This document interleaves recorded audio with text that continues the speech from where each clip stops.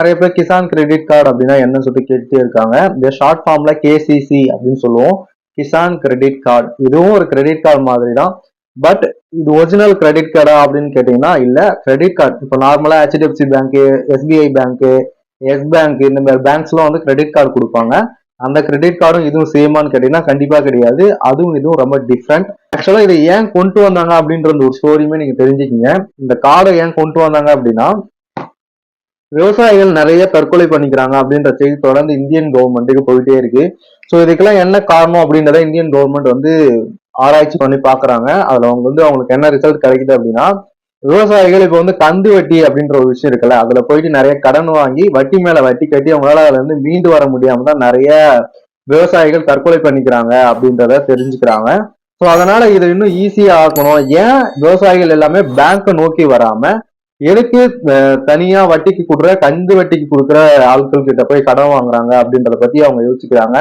அப்போ கவர்மெண்ட்டுக்கு தெரிய வந்த ஒரு விஷயம் என்ன அப்படின்னா பேங்க்ல போயிட்டு விவசாயிகள் கடன் வாங்குறாங்க அப்படின்னா அவங்க கிட்ட சரியான டாக்குமெண்ட்ஸ் இல்லை. இது ஃபர்ஸ்ட் விஷயம்.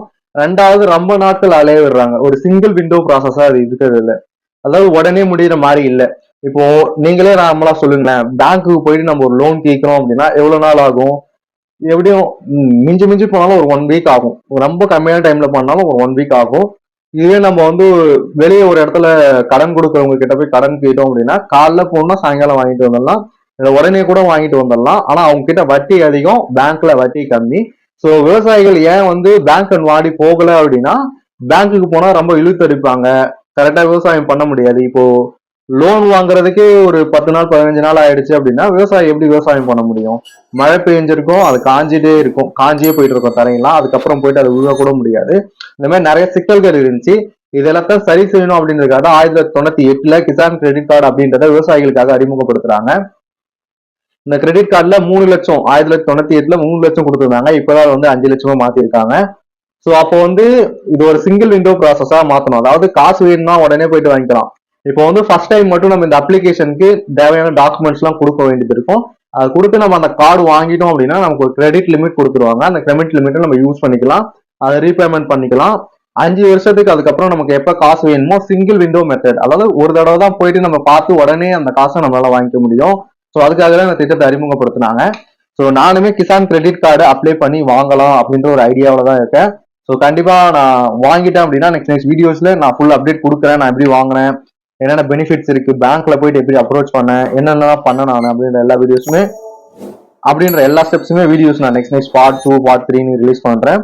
நீங்க இந்த வீடியோ பார்க்கும்போது அந்த மாதிரி part 1 part 2 part 3 videos release பண்ணிருந்தேன் அப்படின்னா டிஸ்கிரிப்ஷன்ல நான் கிசான் கிரெடிட் கார்டு அப்படின்ற ஒரு பிளேலிஸ்டான லிங்க் கொடுத்துருப்பேன். நீங்க நம்ம சேனல்ல போயிட்டு பாத்தீங்கன்னாலும் கிசான் கிரெடிட் கார்டுக்கான ஒரு பிளேலிஸ்ட் இருக்கும், அதை ஓப்பன் பண்ணி பாருங்க. கிசான் கிரெடிட் கார்டு பத்தி நீங்க இன்னுமே நிறைய இன்ஃபர்மேஷன் தெரிஞ்சுக்கலாம்.